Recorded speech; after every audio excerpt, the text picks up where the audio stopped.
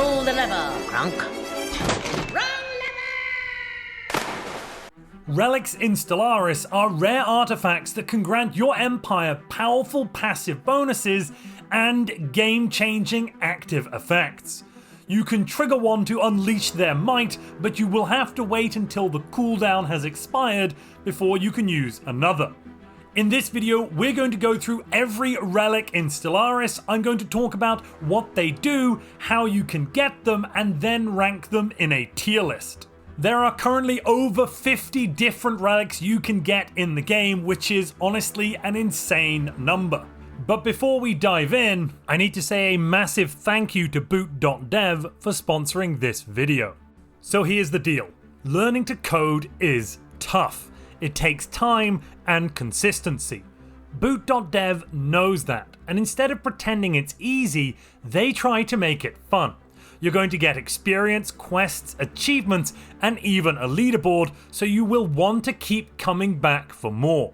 But this isn't just gamified fluff. Their curriculum goes deep. You can learn back-end web development with Python and Go, or build an AI agent by working on real projects. And if you get stuck, there's Boots, your AI bear wizard tutor, who nudges you in the right direction without just handing you the answer. All of the content on boot.dev is completely free to read in guest mode, so you can check out the courses before starting. But the interactive coding, progress tracking, and AI help are only unlocked with the membership. Boot.dev even has a 30-day refund policy, so you've got nothing to lose. If you're ready to finally learn to code or level up your skills, use the link in the description or head to boot.dev and use the code MONTUPLAYS for 25% off your first year on the annual plan. As ever, we are going to start right at the bottom in the F tier, then work our way up to the S tier. There are some important facts I want you to bear in mind throughout this tier list. Except for the relics we get from the curators, who give us a choice of 3 each time, you don't really have much choice when it comes to getting relics. So this tier list is more to look at what is good, what is really good, and what's kind of mediocre. Overall, we don't, as I just said, have any real control over which relics we can get in a single playthrough. That's the first fact. The second fact that we must bear in mind is that no relics are actually bad for you. All relics do give you some sort of positive bonus. Sometimes you might not want to activate them, but they are always going to give you a passive effect which is good for your empire, so it's always better to have a relic than not have one. With that being said, the items down here in the F tier are the relics that I regard as being somewhat useless, or I generally have massive hatred for them. First up, we have the Galatron. You might be surprised to see it all the way down here in the F tier. Its passive effect on the surface is fantastic, at least B tier if not A tier. Plus 3 influence every single month, and plus 100% diplomatic weight. The Triumph effect is kind of useless. Early in the game it's alright, later in the game it's completely crap. You're going to get a standard output of some resources, 8,000 standard, 5,000 alloys or consumer goods, 500 exotic gases, rare crystals or motes, or 30 minor artifacts. That's it, and it has a 10-year cooldown. I generally would never recommend actually using the Triumph. On top of that, when you click the Triumph, all empires in the galaxy will gain a casus belli against you to take that relic. The only way you can get this is by going to the Caravaneers and opening their reliquary loot boxes. And there is a 0.5% chance of getting your hands on the Galatron every time you open a loot box. Because you're going to have to spend probably hundreds of thousands to millions of energy credits in order to get your hands on the Galatron, it's generally not worth it. I also have a personal hatred for this mother trucker, but that's by the by. The Distance Oppressor gives you plus 15% monthly physics research. Once you have completed the Enetian Traders Precursor line, you'll get your hands on this. The active effect repels cosmic storms around your empire capital, and the size of that protected area scales with galaxy size. Honestly, the only good thing here is that plus 15% monthly physics research. I would not waste a Triumph on trying to repel cosmic storms. It's easier just to turn storms off. In fact, just disable the entire DLC this comes from. You'll thank me. The Celestial tier gives you plus 5% habitability of class A, B, F, and G stars, well, any planet in orbit of those, and when you activate it, the Triumph gives you 1000 astral threads. You can get this from the Subnautical Astral Rift. Overall, it's completely kind of crap. I generally don't even notice if I have this one. The Time Crystal gives you plus 10 years of leader lifespan. And that's pretty much it. If you activate it, you'll get plus 800 experience on every leader. That's great for level 1 and 2 leaders. Anything in the 5 through 10 range, it's a drop in a very vast ocean, and there's not really much point in clicking this. Later in the game, when you're going to get access to lots of bonuses to initial start leader level, the Time Crystal becomes very, very ineffective, and you're never really going to want to use it. You can pick up the Time Crystal from the Desert Ruins Astral Rift. The Gavel of the Tribunal is the first curator relic we have come across. In order to get your hands on the Gavel, you must completely fill up your Aesthetic Wonders specimen category in your Grand Archive, and then go and speak to the curators who may give you the opportunity to buy this one. They give you the chance of buying one of 3 different relics, but there are 5 relics to pick between, and you might not be lucky enough to roll it.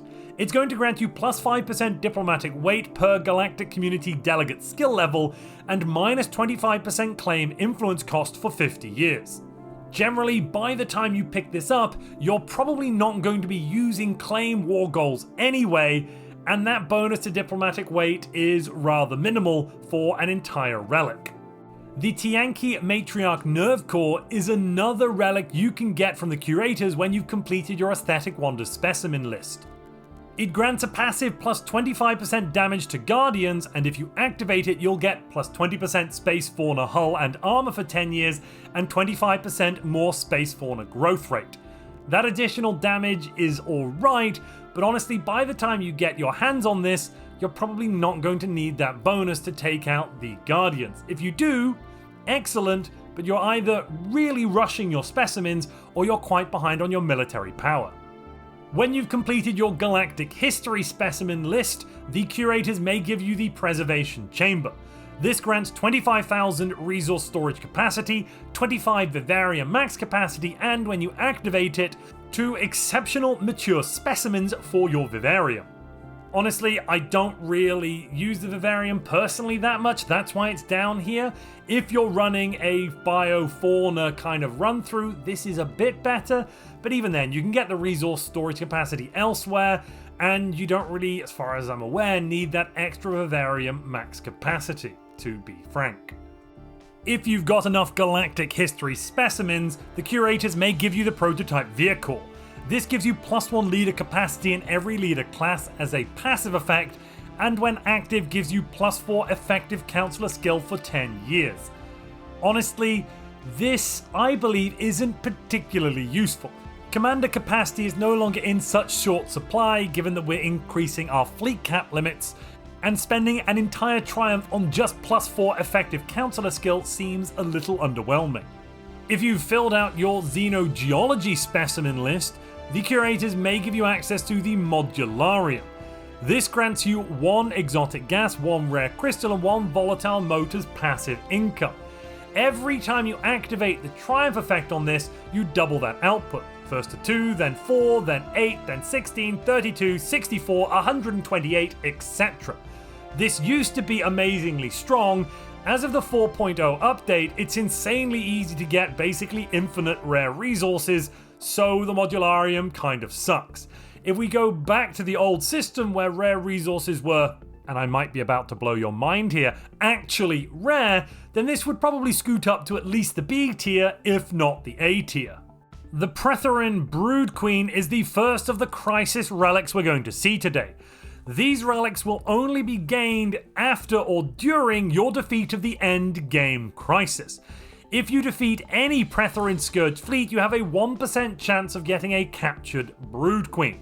This gives you a flat plus 50% society research speed, which is very, very good, and if you activate it, plus 5% Pretherin weapon attack speed, which is okay, and a controllable Pretherin fleet, 36 warriors and 54 swarmlings. Honestly, the fleet is quite low in power, and compared to the other Crisis relics, this is more of a slap in the face. It's a participation trophy for having fought the Pretherin. It's not a powerful artifact in its own right. You can get the mutated Voidworm nest by defeating the frenzied Voidworms during the Voidworm Crisis. This grants you plus 25% Space Fauna cloning speed and 25 Vivarium max capacity. When you activate it, you'll get your hand on a Voidworm fleet. That's it. It's really similar to the Pretherin Brood Queen, but somehow even worse. We've now made it up to the C tier. The items in this tier are either easier to acquire than those in F tier, they don't cost you as much, or alternatively they just have better effects, or last in the possible option list, I just like them more. Honestly, with the relics, that kind of has been something we've needed to do because there are so many relics, and given we can't actually choose which relics we get most of the time, I think personal preference should have a large amount to play in this tier list. If you destroy Satana, one of the endgame crises, then you have a chance of getting her heart. This gives you a base minus 50% reduction to planetary ascension cost, and if you activate it, you'll get 3,000 to 5,000 robots with the Reawaken trait. That trait kinda sucks, and I'm pretty sure you can't remove it. It also costs you nanites to activate this thing, which isn't great, but you should have access to some nanite deposits thanks to Satana's nanite shenaniganery. If you can combine this planetary ascension cost reduction with other bonuses, you can get all of your planets ascended really cheaply, and that's great, so do that. If you complete the Debris Belt Archaeology side, you can get your hands on the Crystal of Odriskia. This grants you a passive plus 15% monthly rare crystals. In the current patch, that's completely pointless. If the game changes, as I mentioned about the Modularium earlier, this could be pushed up to B tier, if not A tier, because that could be quite a good bonus, but right now it's economically pointless. The Triumph will give you 60 months worth. That is a total of 5 years of energy credits. That could be a lot of energy. Often that can be more energy than you can even store. Now that we can't use energy directly for trade and we have to first convert it into trade value, this is a lot less powerful than it used to be. The other bonus is that one of your scientists will gain the hyper-focus trait. That's nice, but it's not super powerful. If you complete the Ruined World Archaeology site, you can get your hands on the Omnicodex. The base ability grants +1 gene modification points, which is really good, I suppose. Like, it's nice if you combine this with either genetic ascension or with psionic or cybernetic ascension. This is quite a nice little extra point that you can't otherwise get. You'll also get +25 opinion with biological empires if you're a machine. That's what you get instead. If you activate this, you get 300 pops from a new random species on a planet of your choice. New pops have the hive-minded trait if you are hive-minded, so you're not going to get slaves. This can be a little bit gruesome. For example, if you activate it on the Synaptic Lathe, the new species will have the Synaptic Lathe planetary preference, which is honestly disturbing. It can be good to get a species with a planetary preference you otherwise couldn't have early in the game, but later on 300 pops is really neither here nor there. That's 3 pops by the old metrics. Who cares? If you kill the Toxic Entity, or possibly known as the Toxic God Guardian, you could get your hands on the More of the Toxic Entity once you've completed the parade. You'll get +15% Strikecraft damage, and you will unlock the Consecrate Habitat decision if you're Knights of the Toxic God. That decision is a rather good one if you have Knights of the Toxic God, though it's not entirely necessary. You can still get really good Knights of the Toxic God outputs with just your capital habitat. The active effect here is completely useless. 1,000 exotic gases. I wouldn't wipe my ass with it. When you complete the Irasian Concordat precursor chain, you will get the Javorian Pox sample. This gives you a base of +20 years of leader lifespan. You'll also get the Javorian Pox orbital bombardment stance, allowing you to bombard planets and only try to kill off the biological life forms. On top of that, you'll double the chance to discover biological technologies. Activating it gives you 50% biology research speed for 10 years. That is just the biology category within the society research class. If you're not using this aggressively to purge species with the Javorian pox, it's really pretty not great. The Voltairean Reality Perforator gives you minus 10% pop amenities usage. At the moment, you really are never suffering from amenities problems in Stellaris, given how civilians grant you lots and lots of amenities. So this is probably not as good as it used to be, by quite a margin. When you activate it, you will randomly get, for 2 to 5 years, plus 40% armor hit points, 40% shield, 40% hull, or 40% weapons damage output. Only one of those categories. Or alternatively, for 1 year, you will get all 4. It does have a 10-year cooldown though. This means once you activate it, you're only getting the bonus for a short time, and then it's gone and you can't get other bonuses from other relics. If you use the Astral Threads modifier to activate a second relic, it could be better, but it's still not amazing. If you could choose which of the bonuses you get and it lasted for a full 10 years, this would zoom all the way up to the A or S tier pretty much straight away. When you complete the Dimensional Conflict Astral Rift, you could get access to the Daedalus Seal. This gives you plus 25% dimensional lock duration, that's one of the astral powers, and plus 1 astral thread income as a passive effect. Activating it places a lock on every bypass within your borders for 5 years. That's really good if you have lots of bypasses and you're military weaker than certain neighbors or you're outnumbered. In most situations, it's really not that useful, but in certain situations it can easily be A or S tier. It can even win you the game. But that is really dependent on the map and the layout of the galaxy.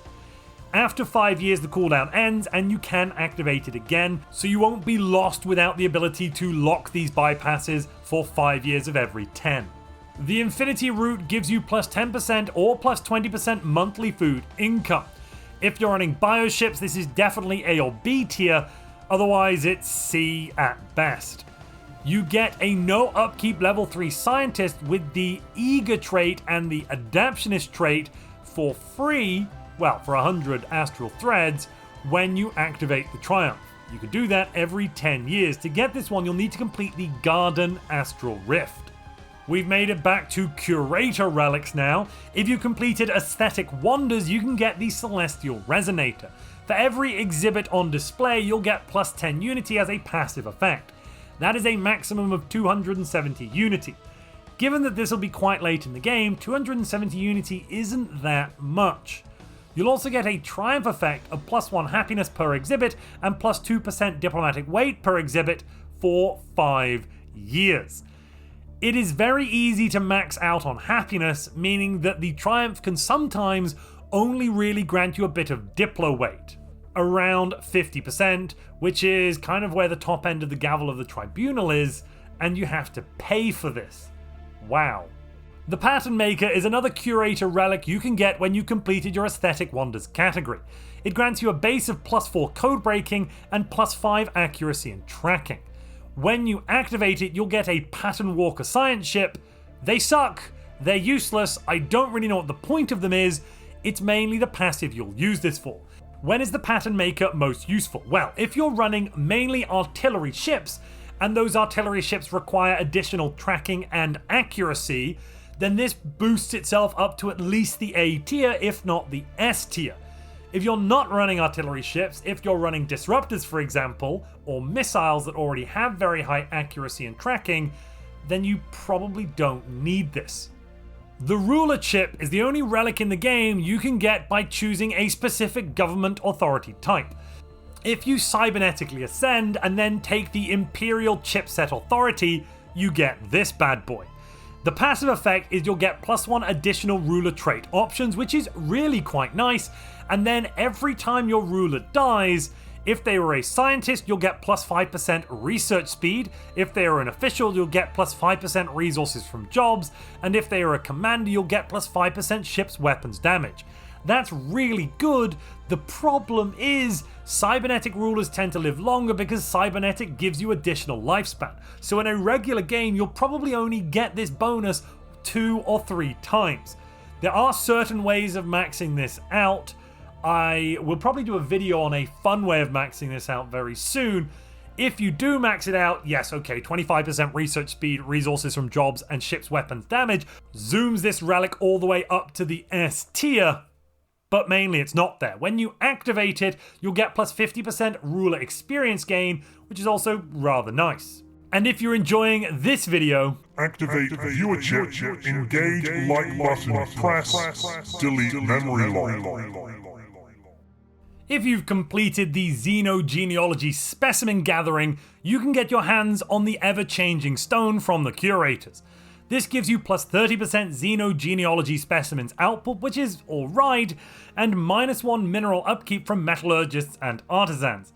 That's, again, alright, but this is a base reduction, so it can't stack with other modifiers and bonuses, which in a lot of ways makes it worse than you'd think. When you activate this, per active Xenogeology specimen, you'll get 3% more Aesthetic Wonder output and Galactic History output for 10 years, basically giving you a maximum of 27% additional output for all of your specimens, except the Xenogenealogy ones that get 3% more at 30%.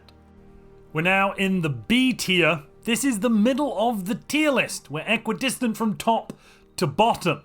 Items here, of course, are better than C, not as good as A, or maybe I just don't like them. Learn to live with it, Internet. The Eternal Throne grants all of your leaders immortality. That's rather nice. If you have Psionic Ascension, or you've got very short-lived leaders that you can't add additional years to their life through something like the Ascension Path, this is really, really valuable and a very useful thing to go and grab. However, if you've already got very long-lived leaders, this might not actually impact you in your game. If you go for a synthetic ascension, or you've added 80 years to your leader lifespan or your lithoid, for example, you're probably not going to notice the Eternal Throne even does much.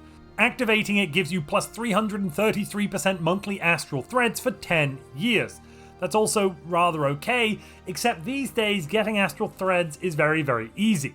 How do you get the Eternal Throne, I hear you ask? Well, first you need to complete enough astral rifts to get access to the Crystal Rift, then you're going to need to go to the center of the galaxy, and at the center of the galaxy you'll need to subjugate or defeat the Formless. Once you've done that, the Eternal Throne is yours. Forever. Objectively, the Blade of the Huntress isn't amazing. If you complete the archaeological site, Fossilized Remains, you'll get it, but it does have a soft spot in my heart. You'll get a passive of plus 25% army morale, 10% diplo weight, and plus 2 planet sensor range. The Triumph effect is plus 25% sublight speed for 10 years. I think this bonus is really good, especially if you get access to the blade early on in the early or mid game. Plus 25% sublight speed at that point is amazing.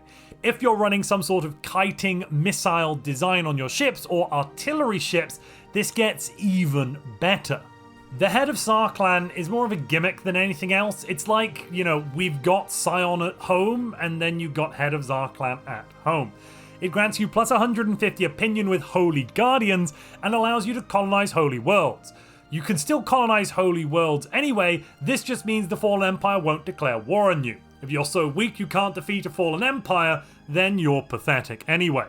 Well, or you just aren't very far into the game. If you activate it, you'll get a big boost to Spiritualist Ethics attraction, and you'll get a fleet of Fallen Empire escorts. Each time you use this, you'll get more and more escorts, up to a total of 15 after 5 uses. These fleets are very strong in the early game, and basically useless in the late game. If the Holy Guardians exist, you'll also get 1 to 5 battle cruisers as well. You can find this relic by completing the Ancient Tomb archaeological site. When you are doing the Planetary Machinery dig site, you may need to develop a cure for the Ferrophage. After you complete that special project, you'll get access to the Defragmentor. This gives you minus 10% building and district energy upkeep, minus 10% job energy upkeep, minus 10% robot upkeep, and minus 10% pop housing usage if you're a machine empire. So that's pretty good. If you activate it, you'll get 20% monthly energy credits for 10 years and 5% engineering research speed. Overall, it's a minor boost to your economy, but that is still a boost, ladies and gentlemen. At the end of the Horizon Signal event chain, you will get the Worm. Or you could get the worm. It's possible to not get the worm. Look, once you've killed the worm, you can steal some of its scales and put them on display forever. The passive effect of doing this is plus 5% physics research speed, which is nowhere near as good as the active effect of plus 20% research speed in every category for 10 years. That's very, very tasty. You do get minus 5 stability for 10 years, but come on, 20% more research speed. When you complete the Cybrex precursor chain, you can find the Cybrex Warforge. The passive here lets you recruit Cybrex Warforms, which are basically the best army type in the game.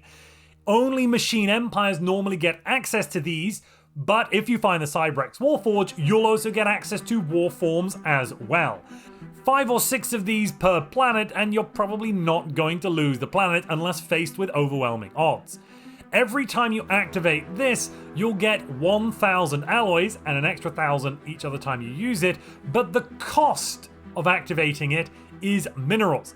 2,000 minerals that goes up by an additional 2,000 every time you use this. So the Triumph effect here basically lets you convert minerals directly into alloys. Every 2.5 years it goes up and up and up. It won't be as resource efficient as alloy production from your metallurgists in the late game because you can reduce their mineral upkeep quite a lot, but it's still very, very useful to be able to instantly convert minerals into alloys. I mean, come on. When you complete the Vortex Astral Rift, you could find the Ever Spinning Top. It grants you a passive plus 10% monthly energy credits. This basically is a multiplicative modifier that increases your energy output by 10%. It's not additive, so it's much better than you think. When you activate the Triumph, which honestly you probably won't bother doing unless this is pretty much your only relic, you'll get plus 15% propulsion research speed. That's a category that you might need, but most of the time you probably don't actually. The Plasmic Core gives you plus 10% pop growth speed if you're organic, and 10% leader experience gain if you're mechanical. Mechanical empires, yeah, this is probably C or F tier. For biological empires, it is better, because when you activate it, you will get the Plasmic trait on all of your pops on a random world. You can then apply this trait elsewhere. It's pretty darn good. If you're mechanical, a leader gains 3 basic positive traits. That's also really alright, but yeah, still not better than C or F tier. We've now made it to the Curator Relics portion of the B tier. First up, if you've got enough aesthetic wonders, the Curators might grant you the Vaporous Mega Orchid. This gives you plus 50 trust cap with organic empires. That's very nice. And plus 1 monthly loyalty from organic subjects. Again, very nice. These are only useful if you're trying to do diplomacy with other empires, AI empires or player empires, or you have vassals. So make sure you're doing diplomacy or you have vassals if you find the Vaporous Mega Orchid. On top of that, activating this gives you 150 additional opinion with every organic, non-genocidal and non-fallen empire for 10 years. That can be really good for subjugating other empires. The Vaporous Mega Orchid should really be called the Subjugator 9000, making other empires flock to your banner and prostrate themselves at your feet, my lords or milady. The Propagandosphere basically does what it says on the tin. It's full of propaganda. If you have enough galactic history specimens, you might get this one. It gives you a base of plus 2 unity per 100 soldiers on every world, and 25% governing ethics attraction, which should again give you more unity because you'll have more pops in your factions, specifically the ones that you are best attuned to and probably the ones that are happiest with you. When activating it, you will get 48 times your unity output, so that's basically 4 years of unity output from 700 up to 2 million unity. If you get this in the mid game, it's really good. If you get it usually in the late game, it's kind of okay. If you take the Treasure Hunter's Origin, you'll start with a Mysterious Orbital Capsule Relic. You can eventually upgrade that into the Celestial Chart. This grants plus 40% survey speed, which is meh. And then what is very good is every 10 years you can discover a treasure trove. Nice.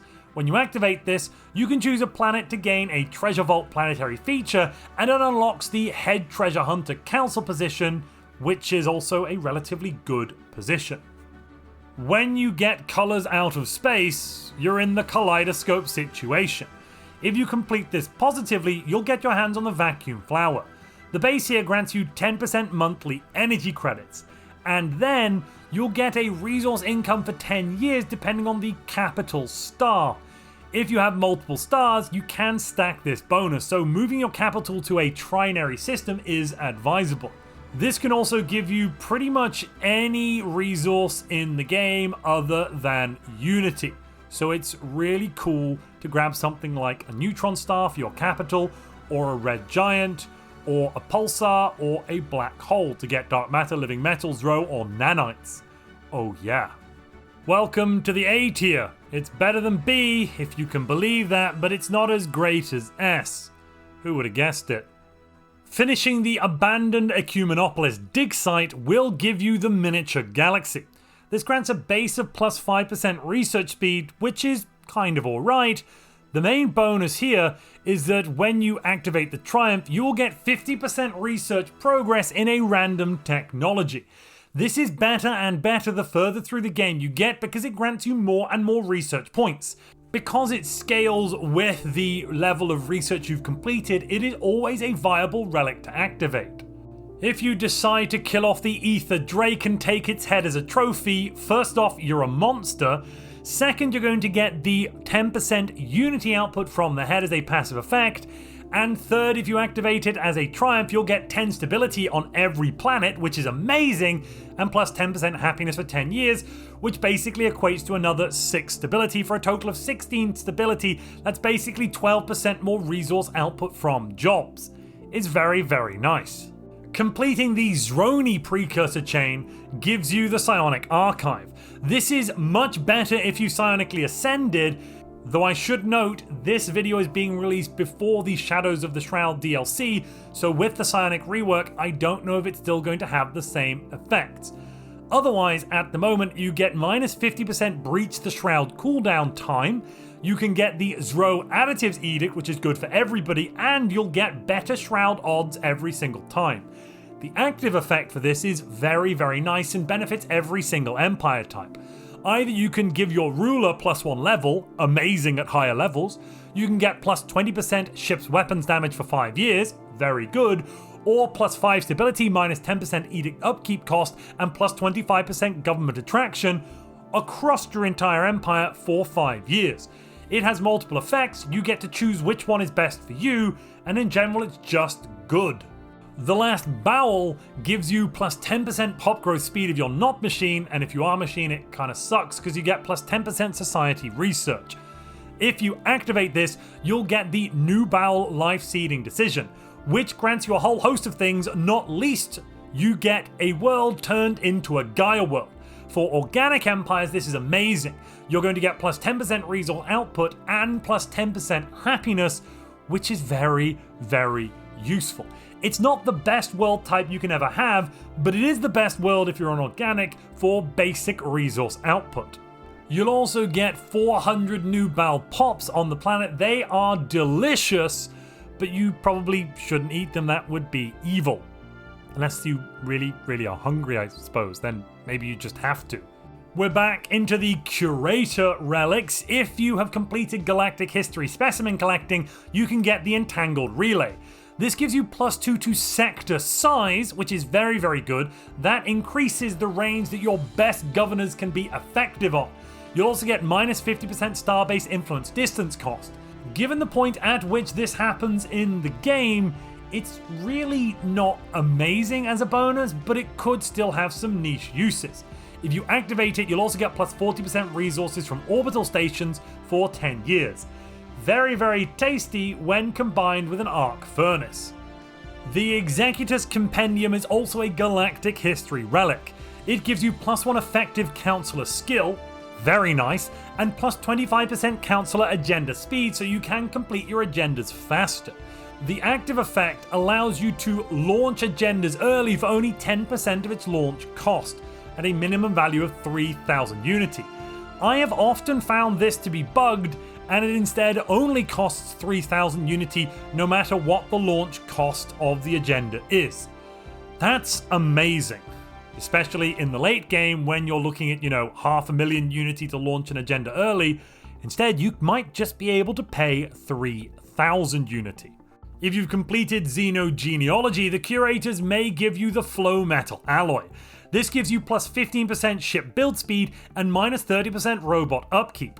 If you can somehow manage to be lucky enough that you can combine this with the Synthetic Ascension path or modularity, or you've also gone for the Robotic Origin, granting you more robot upkeep bonuses and your Materialist, you could end up with basically free robot population. And this will also impact their rare resource upkeep, things like Dark Matter, if you've got special traits on them. If you activate this, you get 300 robots in your capital. That's pretty much useless, but the 30% upkeep, wow. The Pulse Stone is also a Xenogenealogy relic you can get from the curators. Its passive gives you 25% field manipulation research speed and 50% more chance for field manipulation research options. Activating it gives you a very healthy combat bonus. 25% combat disengagement chance, 25% shield hardening, and, very nice, plus 25% energy weapons damage. You do get minus 10% happiness, but would you rather happy dead people or living unhappy people? Your choice. If you find the Superman, the legendary Paragon Kaiades, you will get the Relic Fragment. Upgrading this all the way gives you access to the Key. The Key gives you a base of plus 20% physics research speed and minus 25% jump drive cooldown. Additionally, if you activate it, every ship you own will be able to jump for 3 months. That's amazing early on when you don't have access to jump drive. When you do, it's a little less good, minus 50% jump drive cooldown for 3 months, but that's still very good.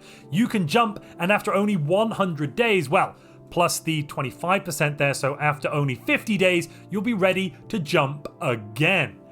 That should mean you can jump and jump and jump for 10 years. Really, really quickly. You'll also get plus 75% combat disengagement chance. That's okay. If you go and find the home base of the mining robots, you can defeat home base or grinder and then get your hands on the surveyor.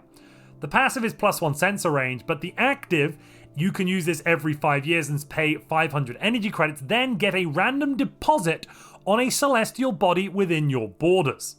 There's also a chance you can repeat this process in a shorter time frame than just the 5 years it has as cooldown. If you can get this to fire off on a star and then use a Dyson swarm to increase that output by, let's say 3000%, that's simply amazing. Welcome to the S tier. I'm sure you haven't skipped ahead right to the end, ignored everything I've had to say about the previous bits of the tier list, and decided to jump in and just see everything. If you have, I'm not angry, I'm just disappointed. Alright, let's dive in and see what I think is the absolute best when it comes to relics in Stellaris. If you defeat the Great Khan, you can steal his chair. Yes, ladies and gentlemen, you can steal his chair. The Khan's throne gives you minus 20% claim influence cost, which is alright, and then you get access to the Satrapy subject type. This is the best subject type in the game as it allows you to leech the naval capacity off your subject. If you create a single habitat, spin it off as a subject with maximum technologies, you can stack a lot of these little vassals and get loads of additional naval capacity so you can field a bigger fleet.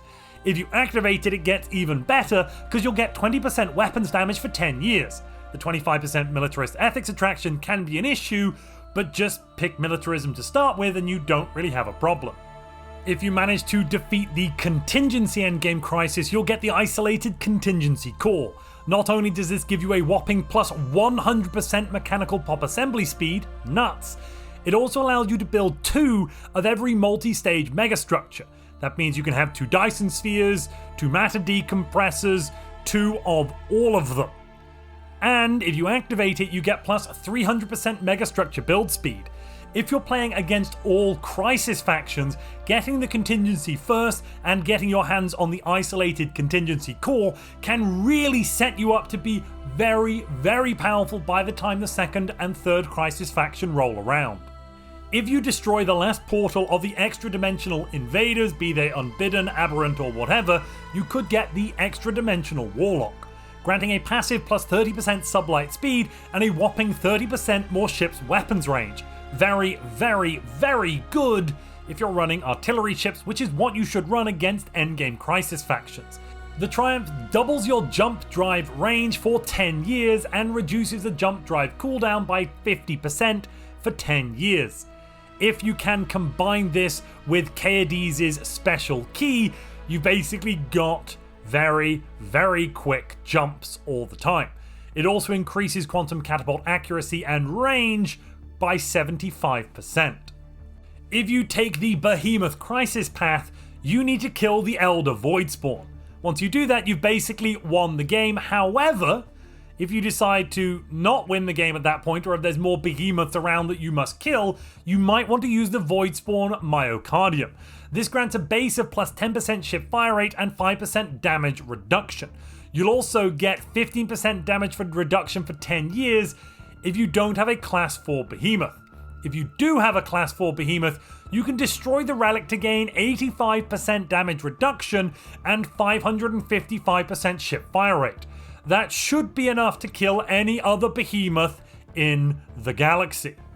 The main problem with this relic is you only get it after you are basically within an inch of winning the game. Completing the Yut precursor chain gives you the Yut Cryocore. You'll get 20% energy weapon attack speed, which is very nice, and 200% colony development speed, which is neither here nor there. The Triumph effect, if you activate it, gives you minus 20% ship upkeep for 10 years. That is worth its weight in gold. Ironically though, this is probably only the second best of the relics you can get from the precursors. And that's because the best relic is the Tempest Invocator. This grants you a passive minus 15% ship upkeep reduction. Yes, because it's passive, this is even better. It's 25% less than the 20% upkeep reduction, 20% down to 15%, but it's passive so you don't have to activate the relic. You can activate something else that's more powerful and still keep that ship upkeep reduction. You'll also get 10% monthly unity. If you activate it, you'll get a Nexus Storm. I probably wouldn't recommend activating it, to be honest. Nexus Storms are very damaging and nigh uncontrollable, so don't do that, but it's entirely up to you. To get this Tempest Invocator, you must complete the Adakarian Convention precursor chain. You could get the Continuum by completing the Mechanism Astral Rift. This grants you plus 5% to your basic resources every month, to your advanced resources, and your research. Activating it gives you 1 full year's worth of basic resources, advanced resources, strategic resources, and research. That's really, really good. I honestly love the Continuum. It is a personal favorite of mine. To be fair, it's probably only A tier, but I just love all the free resources you get. It's so nice. Last but by absolutely no means least, if you've completed the Xenogenealogy Specimen Collection, you can get the Crystallineous Diffuser from the Curators. The base effect is alright, plus 5% organic pop output, and plus 25 opinion with organic empires. The active effect is amazing. Basically, this is equivalent to getting End of the Cycle, but it only lasts 10 years. You'll get plus 100% organic pop output.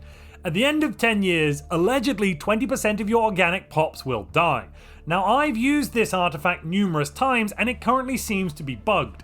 It definitely does not kill 20% of all of your organic pops. It doesn't even kill 20% of your primary species. In fact, it seems to kill so few pops that you can regrow the number of pops killed in the years between activating this and your pops dying. On top of that, if you've gone down the biological ascension path and you've taken cloning, so you've got lots and lots of monthly organic pop growth, you're basically fine. You'll get those pops back in time. Plus 100% organic pop output is worth it. The End of the Cycle is worth it.